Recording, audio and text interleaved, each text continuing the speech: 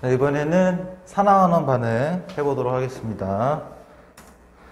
자, 먼저 산화환원, 이게 이제 사실 거의 앞에 원소 이제 주기율이랑 그 다음에 뭐 이온결합, 공유결합 파트 다음으로 나오는 화학 파트죠. 근데 이제 앞에 1학기 거의 중간고사 때 이제 그 부분을 대부분 시험을 보기 때문에 요 파트를 이제 할 때쯤이면은 앞에 내용에 대한 기억이 좀 가물가물할 수가 있는데, 앞에 내용은 기본적으로 알아야 되고요. 이제 그리고 거기에 추가로 요 파트를 할 때 그 중학교 때 배웠던 그 이온들, 뭐 예를 들어서 뭐 나트륨 이온이 되면은 뭐 1가 양이온이고, 그다음에 뭐 질산 이온이 뭐 NO3가 이온일 때는 1가 뭐 마이너스다. 뭐 이런 배경 지식은 기본적으로 여러분들 갖춰줘야 됩니다. 만약에 이게 지금 본인이 긴가민가 하다고 하다면 뭐 공부를 뭐 그거부터 다 하고 오기에는 시간이 너무 부족하기 때문에 그냥 하시면서 중간중간에 나오는 내가 모르는 것들은 외워줘야 됩니다. 자, 그래서 일단은 산화환원의 의미부터 보면은, 산화환원은 산소의 이동으로서도 설명을 할 수 있고 전자의 이동으로서도 설명을 할 수 있습니다. 산소는 원소기호 뭐 온 거 다 알고, 전자는 이런 식으로 주로 적습니다. 아니면 뭐 쉽게 알아보기 위한 모형으로 이런 모형을 이제 쓰기도 하고요. 그 다음에 산소가 이제 붙으면 산소화 됐다, 그래서 변화가 됐다고 해서 산소를 얻은 게 산화, 산소를 반대로 잃으면 환원이라고 얘기를 하고요. 그 다음에 전자는 산소의 이동과 정반대대로 봐야 됩니다. 그래서 전자를 잃으면 산화, 전자를 얻으면 환원입니다. 그래서 요거에 대한 내용은 우리가 필히 암기를 해야 됩니다. 그러니까 이게 시험 보는 그 순간까지도 절대로 흔들려서는 안 되는 개념이에요. 이게 자꾸 왔다 갔다 하면 안 됩니다.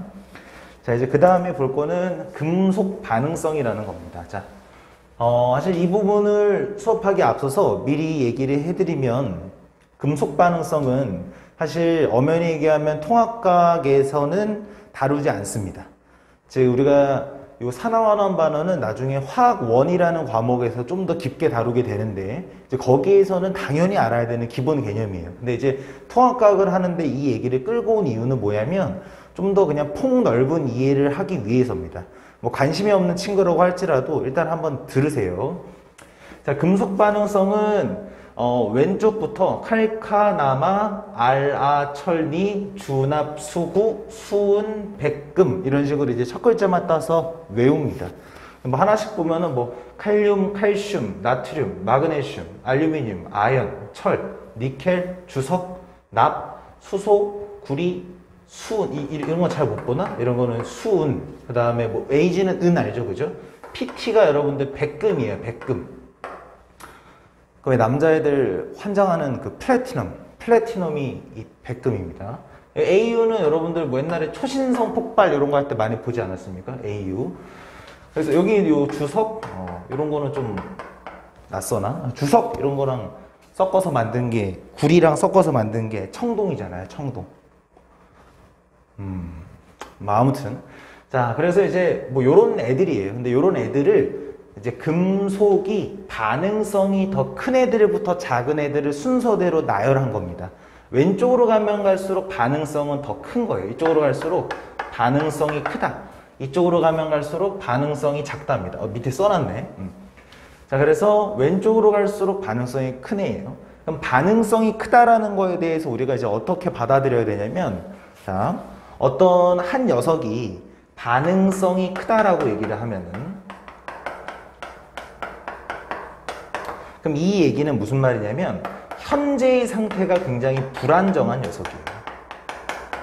우리가 이제 앞에서 뭐 이온결합이니 공유결합이니라는 그러한 결합의 종류를 배운 것도 결국에는 그러한 결합을 원소들이 왜 형성을 할까를 생각해 보면, 결국엔 자기 자신이 지금 가지고 있는 전자가 옥텟 규칙이라는 자신이 안정화될 수 있는 상태를 만족시키지 못하는 상태이기 때문에 옥텟 규칙을 만족시키면서 자기 자신이 안정화가 되기 위해서 반응을 하는 겁니다.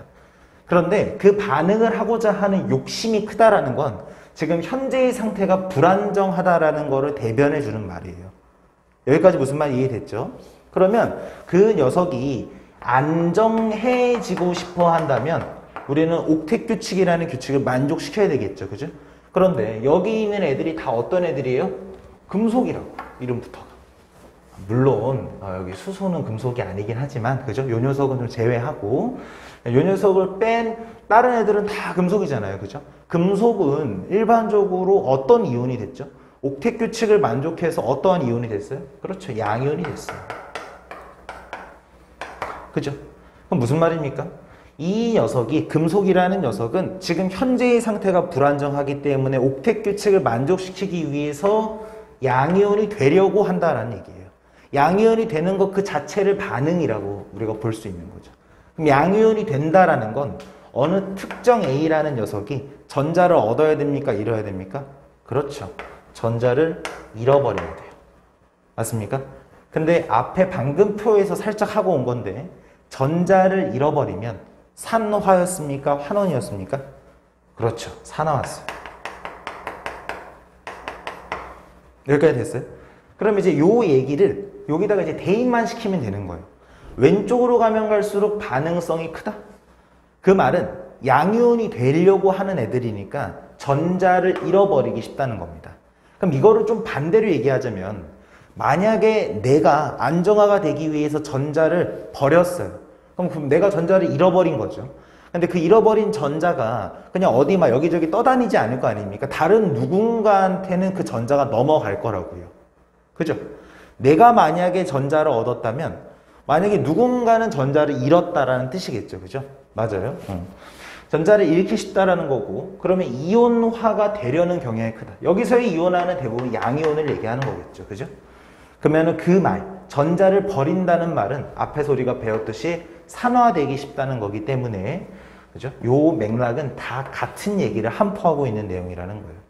그럼 오른쪽으로 가면 갈수록 반대로 얘기하면 반응성이 작다라는 얘기예요. 반응성이 작다라는 건 전자를 잃기 어렵다.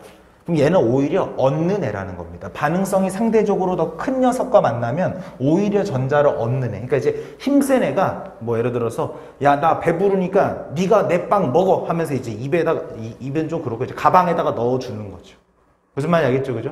그러면 이제 반응성이 더 큰 놈은 빵이라는 전자를 버린 거고요. 그죠? 힘이 없는, 반응성이 비교적 작은 애는 전자를 얻을 수밖에 없는, 그죠? 전자를 얻는 건 뭐였어요? 환원되는 거였죠. 이온화 경향성도 저 녀석에 비해선 작겠죠. 여기까지 이해됐나요?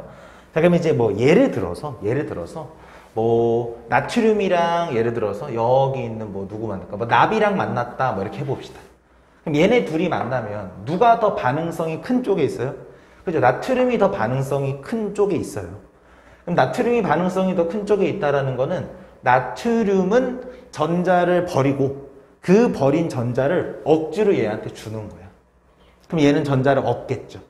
그럼 얘는 전자를 잃었으니까 양이온이 될 거고, 그죠? 얘는 전자를 얻는 형태, 뭐 음이온이 되는 건 아니에요. 이게 사실은 뭐 음이온이 되진 않습니다. 그렇지만 전자를 얻는다는 겁니다. 그래서 이 녀석은 산화되는 거고 이 녀석은 환원되는 거예요. 여기까지 이해됐나요? 그래서 이 금속 반응성에 대한 내용을 사실은 여러분들이 사실 배경 지식으로 알아야 돼요.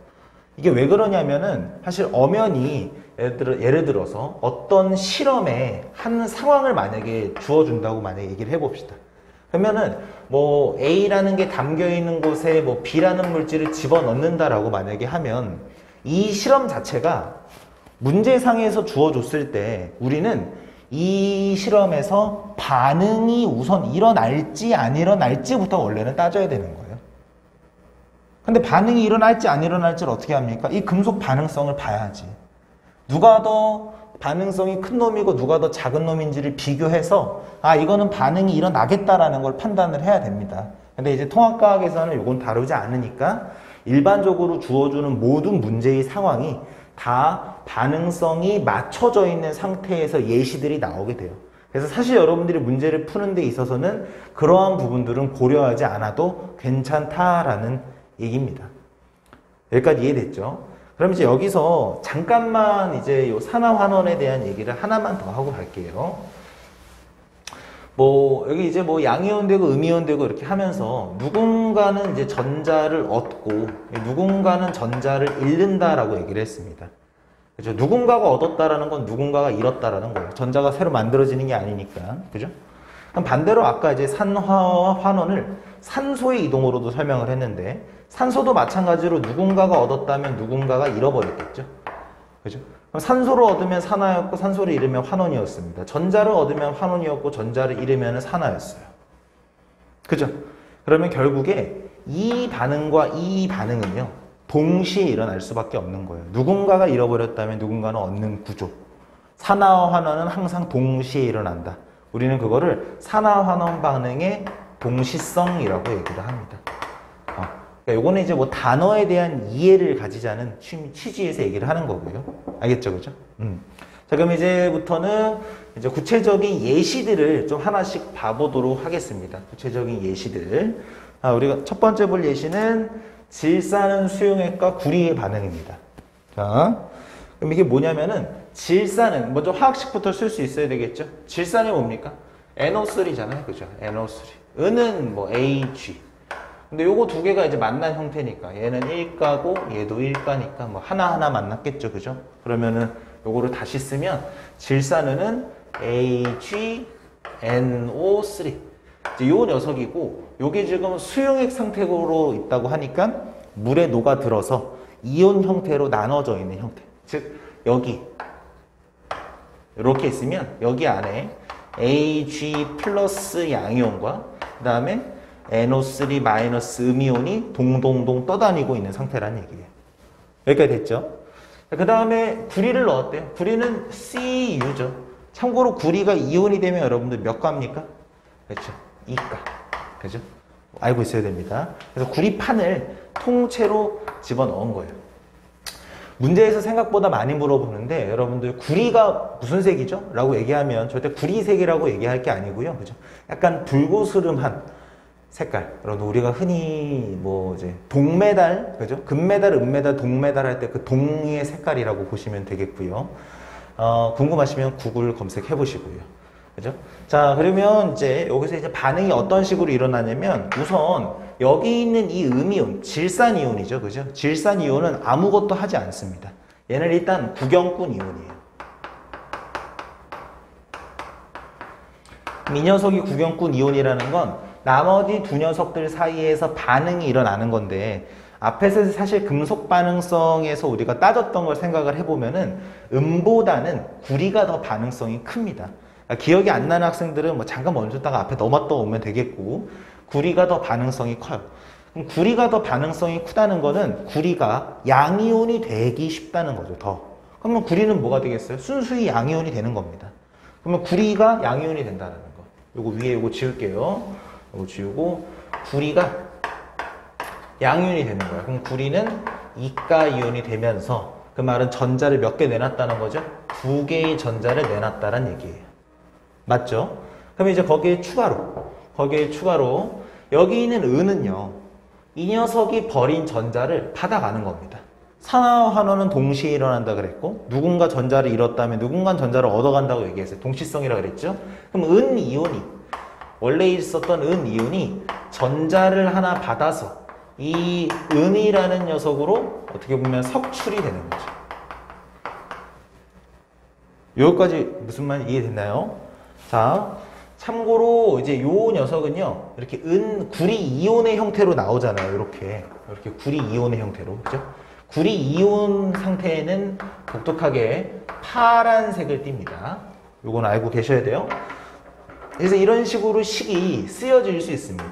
그러니까 이건 이제 합쳐서 식을 정리를 해야 되는데 먼저 합치기 전에 각각의 녀석들. 구리는 이렇게 구리 이온이 되고 은 이온은 이렇게 전자를 얻어서 은이 된다. 라는 거 이해할 수 있어야 되고요. 그 다음에 두 번째는 이제 뭘 해야 되냐면 이 두 개의 식을 하나의 식으로 합쳐야 돼요. 마치 여러분들 수학에서 연립반정식 계산하는 것처럼. 그럼 합쳐야 되는데 위에랑 아래랑 조금 좀 말이 안 맞습니다. 무슨 말이냐면 위에는 전자를 2개를 내보냈다고 하는데 아래는 전자를 하나만 얻었다고 하죠. 그러니까 2개 버렸는데 하나 얻었다는 거, 하나가 날아갔다는 거 말이 안 되는 거고. 그럼 이 녀석이 위에랑 맞추기 위해서 두 개를 얻었다고 한다면 두 개의 은이온이 석출이 되겠죠. 그죠? 그래서 요 상태로 요 화학 반응이 일어나는 요 화살표를 기준으로 해서 쭉 왼쪽과 오른쪽을 합치면 왼쪽 오른쪽에 똑같이 전자가 있기 때문에 이렇게 지어주고, 그죠? 그리고 나서 써주면 CU, 그리고 두 개의 은이온이 만나서, 그죠? 요 녀석이 만나서 둘이는 이온이 되고, 그리고 은은 두 개가 석출이 된다라고 볼 수 있겠죠. 그게 요 화학 반응식에서의 반응이라고 볼 수 있겠죠. 맞아요? 그럼 이제 여기서 우리가 어떤 녀석이 산화됐고 어떤 녀석이 환원됐는지를 알 수 있죠.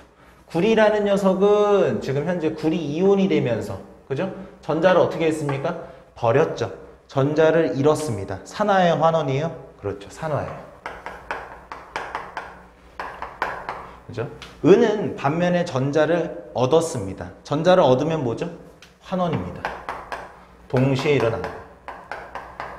어떻게 보면은 여기 있는 요 구리가 요렇게 구리 이온이 되면서 산화가 일어난 거고요. 여기 있는 은 이온은 요렇게 되면서 환원이 일어났다라고 볼 수 있는 거예요.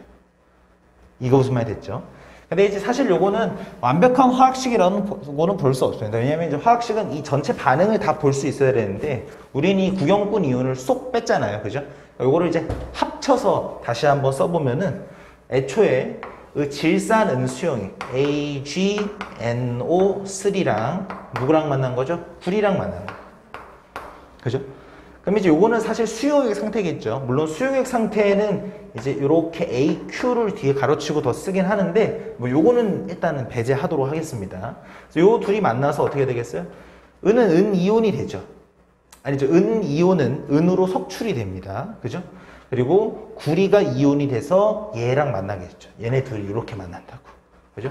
요게 Ag 플러스 NO3 마이너스 이렇게 나눠져 있는 형태고, 구리가 구리 2 플러스로 변하면서 얘네들끼리 만나고, 얘는 은으로 석출이 되는 거잖아요. 그죠? 이렇게. 그럼 이제 고식을 써보면 어떻게 될까? CU랑 NO3랑 만나는데 얘는 2가고 얘는 1가잖아. 얘는 마이너스 1이라고. 그러니까 얘가 두 개가 필요해요. 그죠? 그리고 여기에 더하기 은이 밖으로 석출되는 걸 써주면 되겠죠. 이해됩니까? 근데 이제 이렇게 쓰면은 개수가 안 맞아요. 그죠? 왜냐면 NO3 여기 두 개 있는데 여기는 NO3가 하나밖에 없죠. 개수 맞추려고 내가 2 써주고, 그리고 은을 2를 써주면 위아래가 완전히 똑같겠네요. 그죠? 이게 전체 반응식이 되겠죠. 여기까지 이해됐습니까? 여기까지 이해한 거면 굉장히 잘한 거고요. 그리고 이제 요 실험의 양상을 요 그림에다가 조금 더 구체적으로 표현을 해보자면, 요 구리 이온이, 요 구리 이온이 이온이 돼서 바깥쪽으로 계속해서 빠져나올 거기 때문에 이 수용액의 전체가 전반적으로 파란색으로 이제 물들 겁니다. 왜냐하면 구리 이온은 파란색을 띈다라고 얘기를 했으니까. 그리고 은 이온은 이제 전자를 얻는다고 얘기를 했는데, 전자가 뭐 가만히 서 있으면 뭐 저쪽에서 날라오겠습니까? 아니죠. 구리랑 붙어서 구리가 버리는 걸 이제 바로 받아 먹어야 되는 거잖아요. 그죠? 그렇기 때문에 요 구리의 주변에 이렇게 뭔가 달라붙게 됩니다. 엉겨붙는 게 생겨요. 여기 엉겨붙는 거 생기는 거가 석출된 상태의 은을 얘기한다라는 거를 파악을 하셔야 됩니다. 여기까지 됐죠? 이게 대표적인 예시의 산화 환원 반응입니다. 여기서 이제 좀 주로 많이 물어보는 거는 어떤 걸 많이 물어보냐면, 일단 첫 번째는 이온수를 많이 물어봐요. 그러니까 이제 간단하게 하면은 뭐 이 실험이 반응이 지속되면 지속될수록, 반응이 계속해서 일어나면 일어날수록 양이온의 수는 점점 증가할까요? 감소할까요? 이런 걸 물어봅니다. 그럼 양이온 수라고 그냥 얘기를 했어요. 어떤 녀석을 특정한 게 아니라. 그럼 이제 이 반응에서 등장하는 양이온 수라는 거가 결국에 구리 이온이랑, 여기가 아니지. 구리 양이온이랑 그 다음에 은 양이온. 요거 두 개겠죠. 그죠? 그럼 요 두 녀석의 총 개수가 점점 감소할지 증가할지 그대로일지를 봐야 되는데, 봐보면 구리는 구리 양이온이 하나가 만들어질 때, 즉 양이온이 구리가 하나가 추가가 될 때, 은 양이온은 몇 개가 은으로 석출되죠? 그렇죠. 두 개가 석출돼요. 즉 양이온이 두 개씩 줄어드는 거예요. 그러니까 이 반응이 한 번 일어날 때마다 결과적으로 양이온수를 하나씩 준다고. 그러면 점점 감소하겠구나라는 걸 알 수 있겠죠. 그죠? 그럼 만약에 두 번째로 양이온이 아니라 총 이온수 이런 식으로 물어봤다면, 그럼 총 이온수는 뭡니까? 아까 전에 우리가 양이온 고려했던 거에 추가로 음이온을 함께 고려해주면 되는 거겠죠? 음이온은 여기 누구 있는데? 얘밖에 없어. 질산이온. 질산이온 하는 역할이 뭐였죠? 구경꾼이에요. 아무것도 하지 않는다. 개수가 변하잖아요. 그 말은 얘가 그대로라면 얘의 흐름을 따라가겠지. 위에랑 똑같이 감소할 것이다 라고 생각할 수 있겠죠. 여기까지 됐습니까? 그래서 이제 이게 첫 번째 본 예시였었습니다. 자, 그럼 지우고 두 번째 예시 한번 봐봅시다.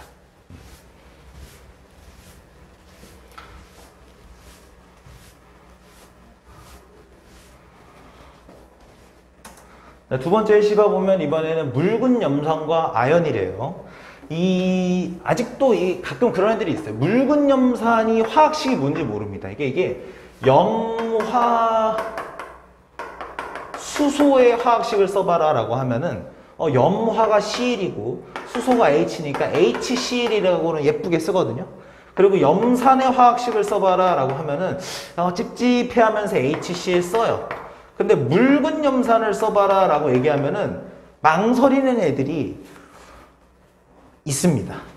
물론 그 친구들이 물론 뭐 죄를 진 건 아니지만 약간은 여러분 이거는 생각을 해보면, 여러분 묽다라는 거는 농도를 연하게 했다는 거잖아요. 농도를 연하게 했다라는 거는 물을 탔다라는 거예요.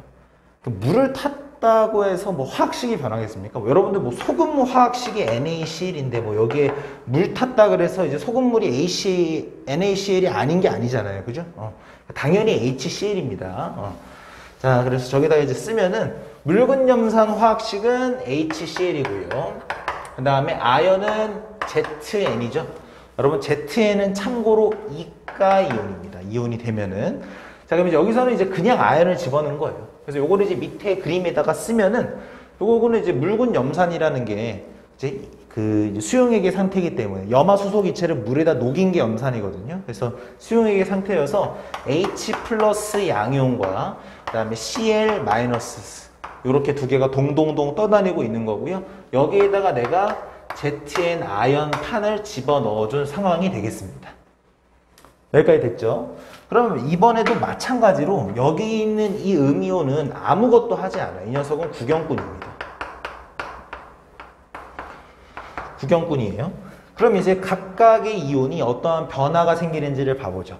앞에서 금속 반응성을 기억하는 친구들은 혹은 아니어도 한번 가서 확인하고 왔으면 좋겠는데, ZN, 아연은요 수소보다 반응성이 더 큽니다.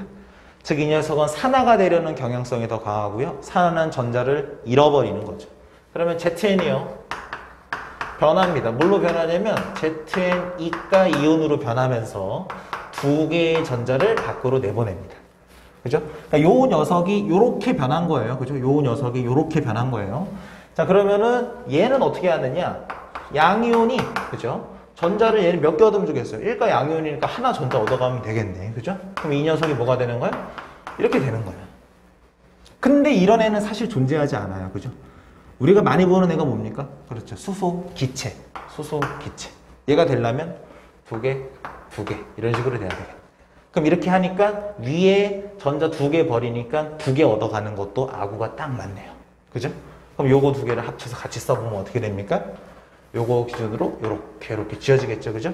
그래서 합쳤으면 ZN과 두 개의 수소 이온이 만나서 ZN, 아연은 양이온이 되고 그 다음에 수소 기체가 발생해서 밖으로 빠져나간다. 그러니까 여기서 이제 뽀글뽀글 기체가 돼서 밖으로 나간다는 거. 여기 밖으로 나가는 기체가 수소 기체가 밖으로 나간다는 거지.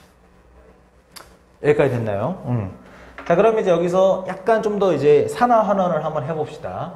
아연은 지금 현재 아연 이온이 됐죠. 즉 전자를 버렸죠. 그럼 산화입니다. 그러니까 이 녀석이 요렇게, 아이고 넘어왔다. 요렇게 되는 거는 요거는 이제 산화가 되는 거고. 그 다음에 요 녀석은 전자를 얻어서 이제 수소 기체가 됐기 때문에 이 녀석은 이제 환원이다라고 우리가 이제 볼 수 있겠죠. 그죠? 그럼 이제 우리가 화학식 다 쓸 때 이제 요 녀석 빼먹었으니까 뭐 같이 합쳐서 써보면 처음에 있던 전체 반응이 ZN이랑 HCl이랑 이렇게 이제 만난 거잖아요. 그죠? 그럼 얘네 둘이 만나서 얘는 2가죠. ZN이 2가가 되고 CL은 여러분들 1가잖아요. 그죠? 몇 개 만나면 돼요?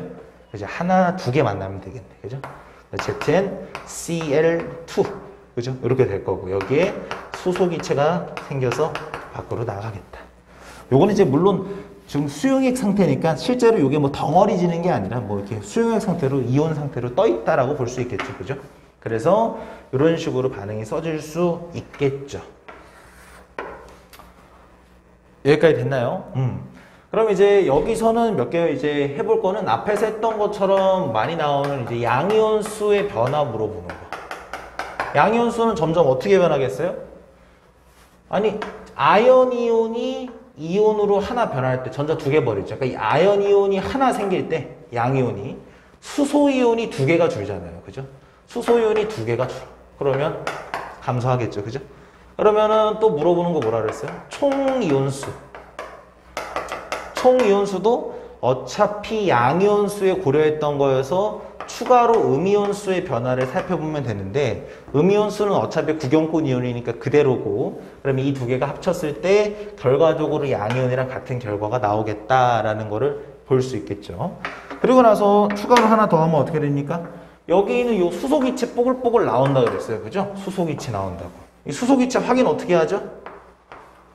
우리가 이제 뭐 지금이야 식을 직접 쓸 수 있으니까 그냥 당연히 수소기체인 걸 알지만 뭐 실험실의 상황에서는 여기서 무언가 뽀글뽀글 생기는데 이게 수소인지 아닌지 모르잖아요. 그죠? 그럼 이제 수소인 걸 직접 확인해 보려면 어떻게 하면 되겠어요? 직접 냄새를 맡아? 굿 하면은 바로 골로 가는 거고요. 그죠? 함부로 냄새 맡으면 안 되고 찍어서 맛봐서도 안 되고 뭐 고추장이 아니잖아요. 자, 그럼 이 녀석을 확인할 때는 성냥불을 갖다 댔을 때 어떤 소리가 나는 거? 그죠? 퍽 소리가 나는 거. 그죠? 그러면서 뭐 폭발성을 가진다 라고 얘기를 하는 뭐 그런 거라고 생각을 해주시면 되겠습니다. 됐죠? 자, 그러면은 요거 미안해요. 요거 개수를 안 맞췄네. H2잖아요. CL도 2. 그러니까 여기다가 2 써주면은 개수가 맞겠네. 그죠? 네. 개수 맞춰주시고 그리고 이제 다음으로 넘어가도록 하겠습니다. 자, 지우고 다음은 광합성과 호흡입니다. 자, 여기가 사실 조금 애매한데요. 왜 애매하냐면 여러분들이 광합성과 호흡에 먼저 식을 우리가 일단 1차적으로 써볼 거고 그리고 그 식을 써보고 나서 어떤 녀석이 산화가 됐고 어떤 녀석이 환원이 됐는지도 알아봐야 되겠죠. 당연히 그 단원이니까요. 근데 어떤 녀석이 산화됐고 어떤 녀석이 환원됐는지를 우리가 명확하게 파악하기 위해서는요. 사실 통합과학에서만 배우는 내용으로는 사실 조금 부족합니다. 그래서 완벽하게 우리가 좀 이해를 하려면은 나중에 화학원에서 배우는 산화수라는 개념과 그 다음에 광합성 호흡은 나중에 이제 생명과학 2라는 과목에서 이제 사실 단원 하나예요. 요거 두 개가 합쳐서 대단원 하나거든요, 거의. 그러니까 거기에서 이게 어떠한 세부적인 과정을 거치는지를 좀 이해를 해야 산화와 환원인 거를 좀 명확하게 우리가 도장을 찍을 수 있습니다. 그래서 우리가 지금 단계에서는 사실 명확하게 파악하는 게 지금의 우리의 지식으로는 약간은 좀 부족해요. 그래서 사실은 암기라고 얘기를 해주고 싶고요. 이따가 설명하는 과정에서 그나마 암기가 아닌 그나마 좀 합리적인 논리로 우리가 어떻게 생각해 볼 수 있는지에 대해서도 얘기를 하도록 하겠습니다. 자, 일단 광합성. 뭐 광합성이 뭐 어디서 일어나고 뭐 지금 그런 게 중요한 게 아니에요. 뭐 식을 쓸 줄 아느냐가 중요한 겁니다. 광합성 할 때 필요한 재료가 여러분들 뭐죠? 필요한 재료? 빛 얘기하면 안 돼요. 여러분 빛은 에너지잖아요. 그죠? 필요한 준비물이 뭐가 있냐고죠. 이산화탄소와 물이죠. 그죠? 요 두 개 가지고 여러분들 뭐 만드는 거예요? 포도당 만드는 겁니다. 포도당 화학식은 이제 쓸 수 있어야 합니다. 그리고 광합성 하면서 산소가 만들어지죠. 여러분들 아직 이제는 뭐 지금까지는 그래왔다면 괜찮았지만 이제는 여러분 광합성 하면은 뭐 만들어지니? 라고 했을 때 우리가 숨 쉴 수 있는 산소가 만들어져요. 그러면 이제 약간 이제 중학생 느낌이에요. 약간 이제 고등학교 느낌으로 가려면 산소가 만들어지는 게 아니라 포도당이 만들어진다라고 얘기하는 게 중요합니다. 실제로 광합성의 과정을 나중에 여러분 생명과학 2를 뭐 학교 내신을 위해서라도 잠깐 할 친구들이 있을 거예요. 이제 그런 친구들은 나중에 배워보면은 이게 포도당을 만드는 과정에서 딸려 나오는 거다라는 걸 압니다. 그러니까 광합성 과정이라는 게 이걸 만들기 위해서 하는 게 아니거든요, 애초에. 그죠? 자, 이렇게 되고요. 요거 뭐 개수 맞추면 6입니다. 그냥 나는 써준 거고요. 여러분들은 직접 한 번은 해보시기 바랍니다. 어렵지 않아요. 666이에요. 세포호흡은 뭐냐? 여기서 이제 호흡은 세포호흡 얘기하는 거예요. 우리가 진짜 하는 그 숨이 아니고 세포호흡인데 미토콘드리아에서 일어나는. 그거는 이제 식이 거꾸로 가면 됩니다. 반대로 가면 돼요. 근데 일단 하나만 확실하게 일단 봐놓고 합시다. 자, 결론만 두고 얘기하면요. 여기 있는 요 녀석이 요렇게 변하는 거고요. 우리는 이거를, 아이고, 이거 직선이 엄청 내려갔네. 이렇게 돼서 이렇게 되는 거고요. 요거는 우리가 환원됐다라고 얘기를 합니다. 환원. 이 녀석은요. 요렇게 되는 게 산화됐다라고 얘기를 해요. 가장 좋은 방법은요. 깔끔하게 암기하시는 게 제일 좋고요. 그 다음에 여러분들이 그래도 단순 암기하기 너무 답답하다. 무언가에 대한 근거가 필요하다라고 한다면 지금 해주는 얘기를 들어보면 되겠습니다. 근데 들었는데 이해가 안 되면 넘어가시면 돼요. 찝찝해하지 않으셔도 됩니다. 자, 우리가 이제 이런 얘기를 한번 해봅시다. 어떠한 녀석을 우리가 태운다. 그러니까 불태운다라고 얘기를 하면은 산소 기체와 반응을 시키는 거예요. 우리는 이거를 연소 반응이라고 얘기를 하고요. 연소 반응은 어떻게 보면은 그 태우는 물질에 산소가 가서 들러붙는 거기 때문에 산화 반응이기도 합니다. 어떻게 보면은 산화가 굉장히 짧은 시간 동안 격렬하게 일어나는 거가 연소라고 보시면 돼요. 결국에 큰 범주에서 산화라는 거지. 자, 그러면은 어떠한 예를 들어서 내가 이제 나무를 태운다라고 해볼게요. 나무를 태운다. 나무를 태우면 뭐가 납니까? 그렇죠. 불이 나와요. 여러분, 불이라는 게 뭡니까? 불이라는 건 에너지가 폭발적으로 나오면서 그게 이제 우리 눈에 보이는 거죠. 그죠? 그런 형상이 보이는 거예요. 에너지예요, 에너지. 이 어마어마한 에너지가 나오는 거라고. 그럼 이 에너지는 어디 있었던 건데요? 그렇죠? 나무 안에 있었던 에너지죠. 즉, 내가 하고 싶은 얘기는 뭐냐면요. 산화라는 작업은요. 어떤 물질이 가지고 있었던 에너지를 밖으로 끄집어내는 게 산화입니다. 반대로 얘기하면요. 환원이라는 어떠한 현상은 에너지를 끄집어내는 게 아니라 다시 집어넣는 게 환원이에요. 여기까지 이해됩니까? 그러면 우리가 이제 이렇게 볼 수 있겠죠. 광합성이 일어난다라는 건 광합성할 때 반드시 들어가야 되는 빛 에너지. 이 빛 에너지를 때려 박아서 모으기 위해서, 그죠? 포도당이라는 데 에너지를 저장해야 되는 거 아닙니까? 동화작용이잖아요. 고분자 물질 만드는 작업 아닙니까? 그죠? 그 과정에서 에너지가 들어가야 되잖아요. 그죠?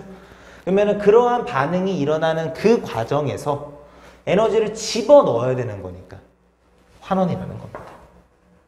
그러니까 의미상으로 봤을 때. 그럼 반대로 세포호흡이라는 거는 이게 반대 방향으로 가면서 포도당 안에 담겨있던 에너지를 내 몸에서 에너지가 필요할 때 끄집어내서 내 몸에서 쓰는 거죠. 뭐 이거를 뭐 ATP 형태로 바꿔서 쓴다 뭐 배웠었잖아요. 그죠? 그러면은 요 포도당이 갖고 있는 에너지를 밖으로 끄집어낸다. 마치 태우는 거죠. 산화입니다. 이거 무슨 말인지 이해하셨습니까? 그러니까 쉽게 얘기해서 환원이라는 거는 산소가 붙을 수 있는, 즉 산화가 일어날 수 있는 자리를 최대한 많이 마련해 놓는 에너지를 저장하는 방식이라고 생각을 해주시면 되겠고, 반대로 산화라는 거는 그동안 저장시켜 놓았던 에너지를 산소를 붙이면서 하나 두 개씩 붙이면서 안에 담겨있던 에너지가 밖으로 나올 수 있게끔 일어나는 과정을 산화라고 보시면 되겠습니다. 그래서 이산화탄소가 이렇게 포도당이 되는 이 과정은 환원이라고 볼 수 있어요. 에너지를 저장해야 되는 과정이니까. 가끔 친구들 중에 이런 애들이 있어요. 이산화탄소가 포도당이 됐다라고 생각을 못하고 이산화탄소는 산소가 됐다라고 이어주는 애들이 있는데 여러분 그렇지 않습니다. 기본적으로 유기물이 만들어지는 과정을 생각할 때는요, 항상 탄소로는 탄소로 이어지는 게 맞아요. 알겠죠? 이제 탄소를 중심으로 생각을 하세요. 그럼 이 둘이 있고 저 둘이 이으면 되는 거 아니에요. 그죠? 그러면 이 녀석이 에너지를 저장하는 과정에서 환원이 됐다면 나머지 애는 산화가 된 거죠.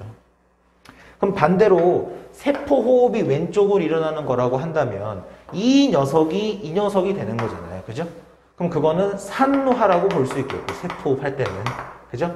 이 녀석이 거꾸로 이 녀석이 될 때는 반대로 환원이 됐다라고 우리가 판단을 할 수 있다라는 겁니다. 여기까지 여러분들 이해했나요?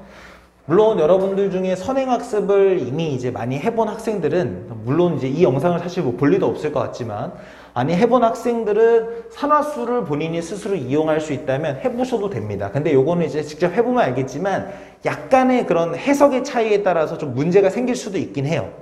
근데 그래도 뭐 시도해보는 건 나쁘지 않다라고 생각하고요.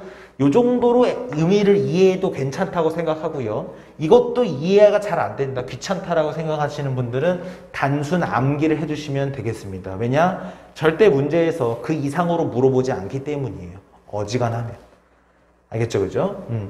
자, 그래서 여기까지가 이제 광합성과 호흡이고요. 이제 그 다음 단계 예시를 한번 봐보겠습니다.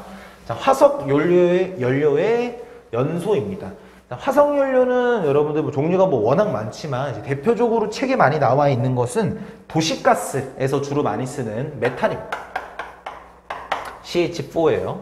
그럼 이 녀석을 연소시킨다. 연소라는 거는 산소랑 반응하는 산화 반응이라고 얘기했어요. 즉 산소가 굉장히 빠르고 격렬하게 반응을 함께하는 게 연소입니다. 그래서 이 녀석이랑 이렇게 반응을 하면은요, 따로따로 탄소랑 산소 만나서 이산화탄소 생기고요. 그 다음에 얘랑 수소랑 산소가 만나서 물이 만들어집니다. 여러분 이건 어떻게 보면 완전 연소라는 건데요. 어떤 녀석이 완벽하게 연소가 되면, 그러니까 산소가 충분히 공급됐다면, 뭐 온도나 뭐 그런 것도 다 만족을 해서 연소가 아주 잘 일어났다면 무조건 이산화탄소와 물이 발생되게 돼 있습니다. 그래서 이런 식으로 화학식이 써지게 돼요. 그래서 이제 요거를 뭐 개수를 일단 맞춰보면 여기 이제 수소가 4개인데 여기는 수소가 2개밖에 없네요. 그죠? 그럼 일단 2를 쓰고, 그러면 산소가 총 4개가 되는 거니까 여기다가 2를 쓰면 뭐 개수는 대충 맞다고 볼 수 있겠네요. 그죠? 그러면 어떻게 됩니까?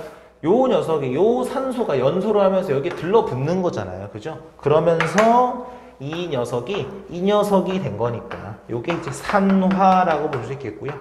이 녀석은 이제 산소 얘한테 박으면서 이렇게 된 거니까 얘는 반대로 환원이다라고 볼 수 있겠습니다.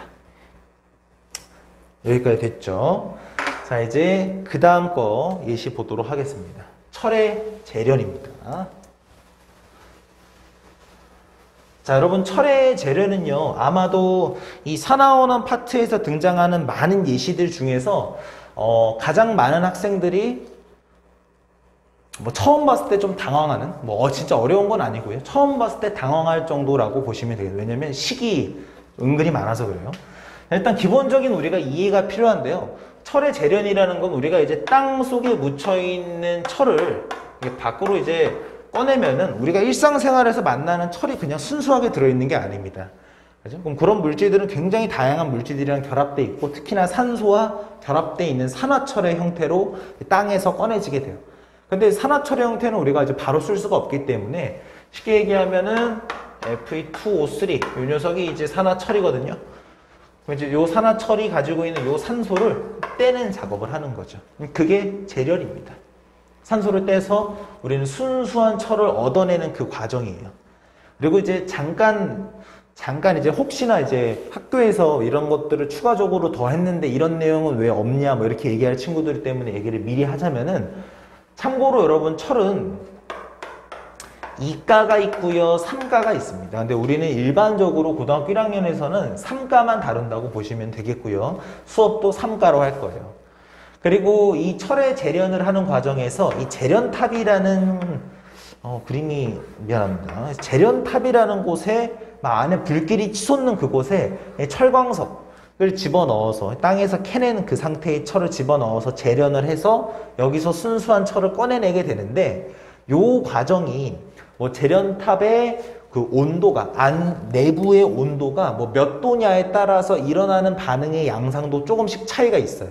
그런데 통합과학 원에서는 그런 걸 이제 통합과학에서는 그런 걸 다루지 않기 때문에 그냥 이제 일반적인 케이스만 살펴보도록 하겠습니다. 자, 그러면은 우선은 그림을 좀 정리를 한번 해봅시다. 자, 우리가 재련탑이라는 게 있습니다. 재련탑이라는 탑이 있고요. 내가 여기다가 이제 안쪽에 이제 불길이 치솟는 거예요. 뭐 파이어, 그죠? 자, 여기다가 이제 뭘 집어넣냐면 일단 첫 번째로 철광석을 집어넣습니다. 철광석. 그 다음에 코크스.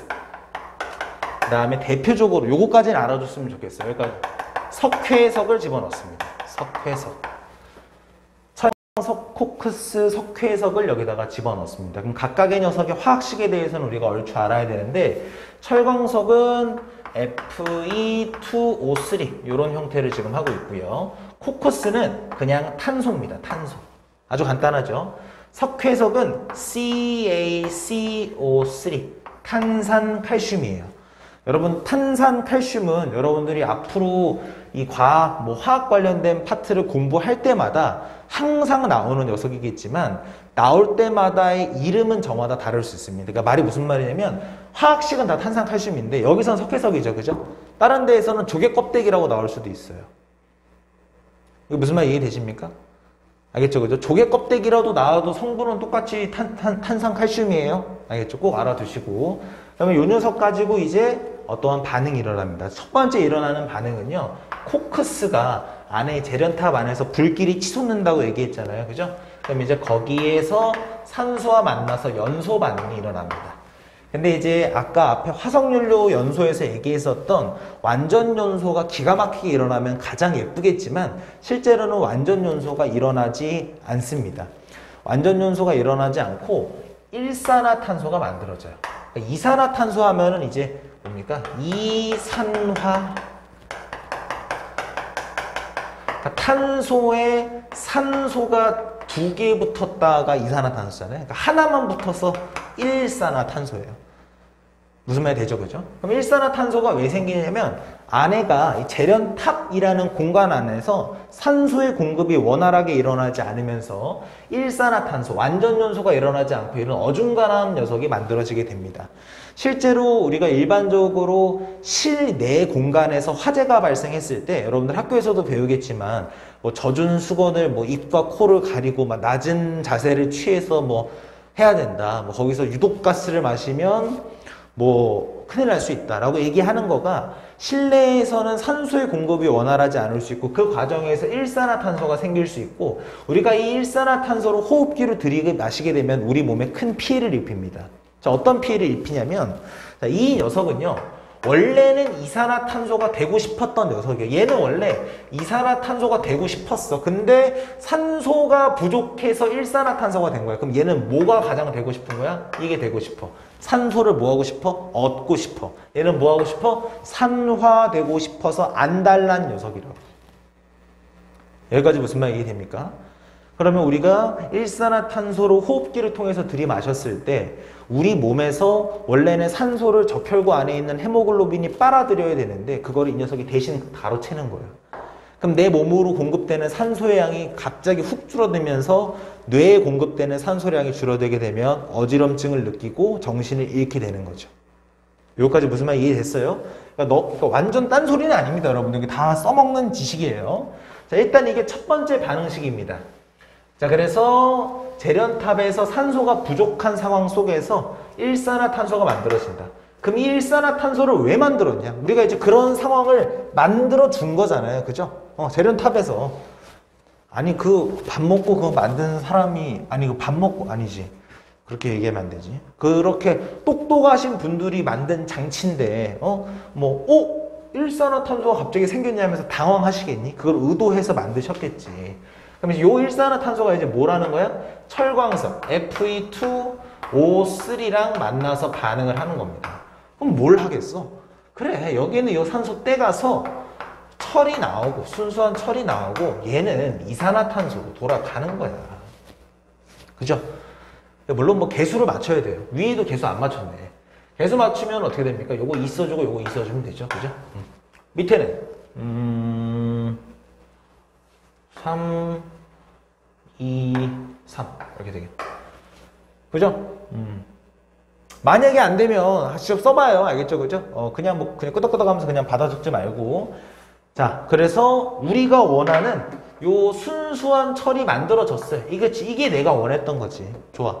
그럼 이제 이 녀석은 등장도 안 했잖아요. 그죠? 이 녀석을 넣어주는 이유는 뭐냐면요. 이 철광석은 사실상 이 성분, Fe2O3라는 이 성분이 주성분인 건 맞습니다만 실제로 저 성분만 들어있진 않습니다. 이 땅 속에 있다가 올라온 건데 이거 땅을 구성하고 있는 가장 많은 원소가 뭐였죠? 규소와 산소였습니다. 여러분 앞에서 규삼령 광물 이런 거 많이 배웠잖아요. 그죠? 그럼 이런 철광석 안에는 실제로 SiO2와 같은 그런 다양한 성분들이 포함되어 있어요. 그럼 그런 포함된 성분을 따로 뽑아내기가 어렵기 때문에 그런 거를 석회석의 도움을 받아서 꺼내내는 겁니다. 자, 어떤 식의 반응이 일어나냐면 내가 여기 넣어준 석회석 CaCO3는요 재련탑 안에 굉장히 고온의 상황으로 인해서 열분해가 됩니다. 그러니까 열분해라고 여기 써놓을게요. 열분해. 그러니까 열로 인해 분해되는 거예요. 분해돼서 CaO 산화칼슘과 그 다음에 이산화탄소로 나눠지게 됩니다. 그럼 이제 이산화탄소는 날아가는 거예요. 날아가 버리고 여기 있는 요 산화칼슘 CaO가 철광석의 찌꺼기 SiO2라는 녀석과 만나서 뭘 형성하냐면 요거 그냥 한 방에 다 뭉쳐서 그냥 쓰면 돼요. CaSiO3 이런 녀석이 됩니다. 얘를 이제 우리가 쉽게 얘기하면 찌꺼기, 좀 멋있게 얘기하면 이제 슬래그 이렇게 얘기해. 슬래그. 무슨 말 알겠죠? 그죠? 그러니까 요런 거를 이제 따로 뽑아낼 수 있게끔 이제 해주는 역할이. 자, 그럼 이제 정리를 해볼까요? 이 녀석은요, 이 녀석. 요건 지워야겠다. 자, 요 녀석은 누가 됐죠? 그렇지. 이산화탄소가 이렇게 됐죠. 그죠? 맞아요? 선생님, 그럼 얘는요? 얘는, 얘도 얘가 된 거야. 왜? 뭘 당황하고 그래. 그죠? 그러면은 이 산소가 이렇게 붙은 거 아니에요. 그죠? 여기는 산화. 그죠? 얘는 산소를 잃었으니까. 환원. 얘는 철광석은 누가 됐죠? 철이 됐어요. 그 말은 무슨 말이에요? 가지고 있는 산소를 잃어버렸다. 뺏겼잖아. 그럼 산소가 없어졌잖아. 누가 갖고 와서? 얘가 갖고 가서. 그러니까 얘는 환원. 그러면 일산화탄소는 산소를 얻어서 자기가 원하는 이산화탄소가 됐잖아. 그지? 얘는 산화.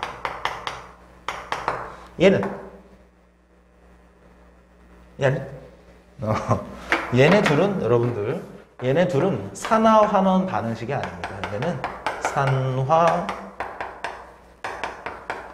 환원 반응이 아니에요. 알겠죠? 그죠? 산화환원 반응이 아닙니다. 위에 거 두 개만 산화환원 반응이에요. 그래서 이제 여러분들 요 밑에 두 식은 알려줄 수도 있고 아닐 수도 있습니다. 안 알려줬다면 뭐 땡큐 하고 위에 거만 하시면 되겠고 알려줬다 하면은 어휴 하면서 그냥 뭐 해야죠. 뭐 방법이 있습니까? 그죠? 그래서 요런 스토리라는 걸 기억하시기 바랍니다. 여기서 이제 은근히 많이 물어보는 건 뭘 물어보냐면 뭐 이런 보기를 그냥 줘요. 주로 많이 나오는 건데 뭐 철광석을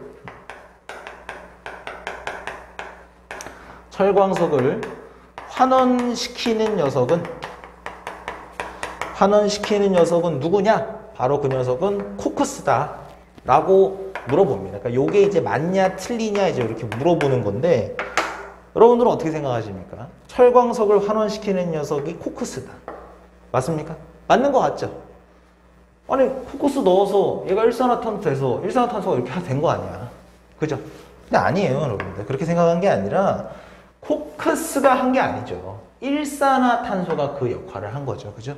그 명확하게 얘기해야 되니까 코크스가 아니라 CO, 일산화탄소가 한 거다. 그죠? 그래서 이 정도의 내용을 여러분들이 보셔야 되고 이 정도의 화학식은 스스로 이 스토리를 읊으면서 하실 수 있어야 됩니다. 어렵지 않아요, 여러분들. 어렵지 않습니다. 자, 그리고요. 그 다음은 이제 구리판, 겉불꽃, 속불꽃 실험입니다. 자, 요 실험은 이제 어떤 실험이냐면 여러분들 뭐 어느 문제집 어느 교과서에도 다 있습니다. 여러분들 이제 뭐 불꽃이 이렇게 기본적으로 이렇게 있으면요. 이게 뭐 촛불로 해도 되고 뭐 대부분 알코올 램프를 이렇게 하는데 이렇게 뭐 심지가 뭐 이렇게 있고 그러니까 불꽃이 나고 있어요. 여기 겉불꽃, 여기는 이제 속불꽃 이렇게 되죠, 그죠? 일단은 여러분들 그 이제 중학교 나온 거 이제 뭐 중학교를 나온 거를 뭐 인증받겠다 라는 취지로 선생님이 문제를 하나 내주면 둘 중에 어디가 더 뜨겁습니까?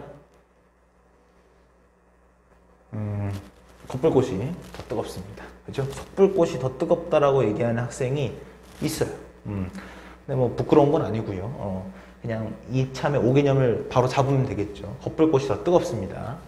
자, 근데 여기서는 뭐 겉불꽃이 더 뜨겁다, 속불꽃이 더 뜨겁다가 뭐 이 반응에서의 주요한 점은 아닙니다. 여기서의 주요한 점은 겉불꽃과 속불꽃은 이 어떠한 환경의 차이가 있는지를 이해하는 게 가장 중요한데 우선 겉불꽃은요, 이 바깥쪽에 있는 공기층과 맞닿고 있는 불의 쪽이기 때문에 산소의 공급이 굉장히 원활합니다. 그러니까 산소의 공급이 매우 잘 돼요. 그죠? 반대로 얘기하면 반대는 아니죠. 산소가 매우 충분한 곳이다 라고 보시면 되겠고요. 속불꽃은 산소가 비교적 안쪽에 있기 때문에 산소가 상대적으로 부족한 곳입니다. 부족. 산소 충분. 뭐 이렇게 보시면 되겠어요. 자, 그러면 이제 여기다가 이제 뭘 하냐면은 구리판, 뭐 이렇게 생긴 요 구리판을, 여기 이제 구리입니다. 구리판을 겉불꽃에다가만 집어넣는 겁니다. 그럼 어떻게 되냐면 이제 불타고 있잖아요. 그죠? 그럼 산소랑 무슨 반응하겠어요? 그래서 산화 반응하는 거야. 그럼 이제 뭐 되는 거야? 이 부분이 까맣게 변한다고. 그러니까 불에 넣은 부분만. 그럼 어떻게 되는 거냐면 구리가 산소를 만나서 그냥 산화구리가 된 거예요. 물론 화학식이 안 맞기 때문에 맞추면 뭐 이렇게 쓸 수 있겠죠. 그죠? 그럼 구리가 산소와 반응을 해서 산화구리가 됐다. 그럼 구리는 이렇게 되면서 산화된 거고 환원된 거고 써주시면 됩니다. 그렇죠? 여기까지는 문제가 없어요. 근데 요렇게 제가 요거는 일반 구리는 무슨 색이라 그랬죠? 약간 붉은색 띈다 그래요. 얘기했고 이 산화구리는 여러분들 검은색입니다. 검은색. 요 색깔 알아야 돼요. 자, 그리고 이렇게 검은색으로 변한 산화구리의 부분을 속불꽃에다가 집어 넣으면요. 그럼 어떻게 되냐면 똑같은 구리판이 이렇게가 원래 검었잖아요. 그죠? 근데 속불꽃에 들어간 부위는 다시 하얘져. 그러니까 즉 가운데는 다시 돌아오는 거야. 속불꽃에 살짝 들어갔던 부위는 다시 원래의 구리로 돌아와요. 그러니까 이 양쪽 부분은 둘 다 CuO, 산화구리가 되어 있는 거지. 이거 무슨 말인지 이해합니까? 자, 그럼 요건 잠깐 지우고요. 밑에 식을 써야 되기 때문에. 자, 이거를 설명하는 여러분들 방식이요. 교과서마다 조금씩 달라요. 크게는 두 가지 방식이 있는데 두 가지 방식을 다 적을 겁니다. 자, 일단 첫 번째는요. 여러분들 앞에서 배웠던 내용이랑 똑같이 일치되는 내용이에요. 자, 아까 앞에서 코크스라는 녀석을 넣었더니 누가 만들어졌죠? 산소랑 반응해서 일산화탄소가 만들어졌죠. 왜? 산소가 부족해서. 그죠? 여기도 마찬가지야. 속불꽃에서는 일산화탄소가 만들어진다고. 그래서 어떻게 하는 거냐? 아까 전에 검은색으로 변했었던 산화구리가 일산화탄소랑 만나는 거야. 그럼 얘는 누가 되고 싶다 그랬지? 그래, 이산화탄소. 그럼 여기 있는 산소를 탐낸다고. 요거를 떼가는 거야. 그럼 어떻게 돼? 얘는 구리가 되고 이산화탄소가 만들어져서 얘는 기체니까 날아가 버렸다고. 됐죠? 그럼 어떻게 되는 거야? 얘는 이렇게 되면 뭐 하는 거야? 산소를 뺏겼으니까 환원. 얘는 산소 자기가 원하는 목표를 성취했잖아. 그죠? 산화 이렇게 되는 거라고. 됐죠? 그죠? 그럼 이제 요거를 다르게 설명하는 교과서는 어떻게 얘기를 하냐면 CuO가 누구랑 반응하냐면 탄소하고 반응을 해요. 탄소. 선생님, 갑자기 탄소가 어디서 나오냐? 그러니까 요 심지에 가열되어 있는 상태의 탄소라고 보시면 되겠습니다. 그러니까 그냥 있다라고 그냥 보면 돼. 뭐 어디 있어요? 굳이 그럴 필요가 없어요. 그냥 그런갑다 그냥 하시면 됩니다. 그럼 이 둘이 뭐 하는 거예요? 딱 봐도 얘가 얘 그 떼가는 거 아니겠어? 그죠? 그러니까 다시 구리로 돌아와야 될 거 아니야, 색깔이. 그죠? 그러면 Cu에 얘도 일산화탄소 되는 거 아니에요? 이산화탄소 된다라고 얘기합니다. 이렇게 되는 거죠. 그럼 좀 개수가 안 맞아요. 여기는 산소가 하나인데 여기는 두 개잖아. 그죠? 개수 맞춰주면 2 써주고 여기 2 써주고 이렇게 하면 되겠네. 그죠? 그래서 이 녀석은 산소가 떨어졌으니까 환원, 이 녀석은 산소를 얻었으니까 산화 이렇게 볼 수 있겠습니다. 뭐 위식이든 아래식이든 뭐 사실 뭐 그렇게 큰 차이는 없어요. 뭐 일산화탄소냐 탄소냐의 차이밖에 없기 때문에 여러분들이 학교 선생님이나 아니면 교과서에 여러분들이 가지고 있는 그 해당 출판사의 교과서에 서술되어 있는 대로 맞춰서 공부를 하시면 되겠습니다. 여기까지 됐죠? 그리고 이제 마지막 예시입니다. 마지막 예시. 드라이 아이스 속 마그네슘 연소입니다.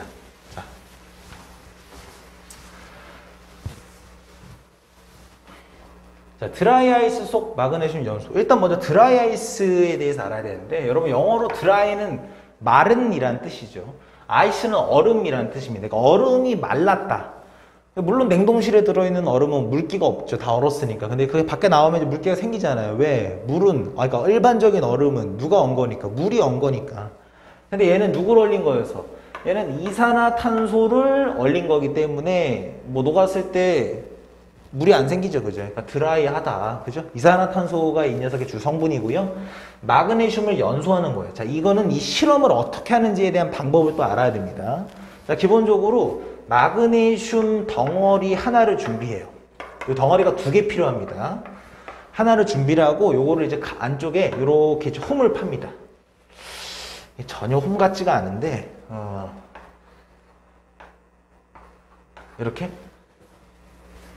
아주 좋아요. 이 정도면 여러분 아주 훌륭한 겁니다. 자, 아무튼 여기다 이제 홈을 파서 여기다가 이제 마그네슘을 집어넣어요. 마그네슘. 뭐 마그네슘 리본을 집어넣었다라고 하기도 하고요. 마그네슘 가루를 집어넣었다 하기도 해요. 뭐 가루, 리본 전부 다 어떤 형태냐면 굉장히 작은 형태라고 보시면 돼요. 리본은 이제 얇게 핀 거고요. 가루는 이제 부신 거죠. 쉽게 얘기하면. 그 녀석을 여기다 넣고요. 뭘 하냐면은 토치 같은 걸로 쉽게 얘기해서 불을 붙여요. 그럼 여기다가 불을 붙여. 그럼 이제 어떻게 될까? 뭐 확 탈 거 아닙니까? 그죠? 마그네슘 리본이나 그 가루가 확 타요. 불이 확 붙는다고. 그러면 확 붙는 상태에서 여기다가 뭘 하냐면 드라이 아이스를 하나 더 얹어요. 그리고 이제 막아버리는 거예요. 아예. 그럼 이 안에서 꺼질 것 같죠? 그죠? 꺼지지 않고 불꽃이 팍 하면서 안에 이 안에서 그냥 막 난리가 난다고. 무슨 말인지 알겠죠? 그죠? 요런 실험을 하는 거예요. 자, 그래서 요 식을 쓸 때, 야, 식 써봐라 라고 하면은 연소고, 아까 불 붙인다고 얘기했으니까 마그네슘이 산소랑 반응한다라고 일단 이렇게 적는 친구들이 있는데, 물론 마그네슘이 산소랑 반응하는 것도 분명 있을 겁니다. 있어요. 있는데 우리는 그걸 의도한 건 아닙니다. 그걸 의도한 게 아니라, 자, 마그네슘이 충분히 반응을 할 수 있을 만큼의 온도를 만들어주기 위해서 불을 잠깐 붙인 거고, 결과적으로는 이 드라이 아이스를 구성하고 있는 이산화탄소하고 반응을 하는 거예요. 얘랑 얘가 반응을 하는 거예요. 그럼 어떻게 되냐면 이 마그네슘이 이 산소를 뺏어가서 MgO가 돼. 여러분 Mg가 이가야. 이가 양이온이야. 그죠? 이가 이렇게 된다고. 그럼 이제 산소가 이가 마이너스니까. 그죠? 이렇게 되고 여기서 산소를 뺏겼으니까 탄소가 밖으로 나온다고. 탄소. 그럼 개수가 맞나? 안 맞네. 여기 산소 2개잖아. 그럼 2 써주고 2 써주면 뭐 개수는 맞겠죠. 그죠? 그럼 여기서 얘가 만들어진 게 중요한 게 아니야. 얘가 중요하다고. 그죠? 요 탄소가 나온다고. 그럼 탄소가 어떻게 나오냐면 요거를 실험을 마치고 요렇게 생긴 요 홈을 요렇게 이제 보면은 여기 안에 검은색 알갱이. 검은색이야. 검은색 알갱이가 이렇게 박혀 있어. 드라이아이스 안쪽에. 이 구멍에. 그래서 그게 탄소가루예요. 검은색. 검은 가루. 알겠죠? 그죠? 그래서 요 정도까지의 실험의 맥락을 알고 있어야 됩니다.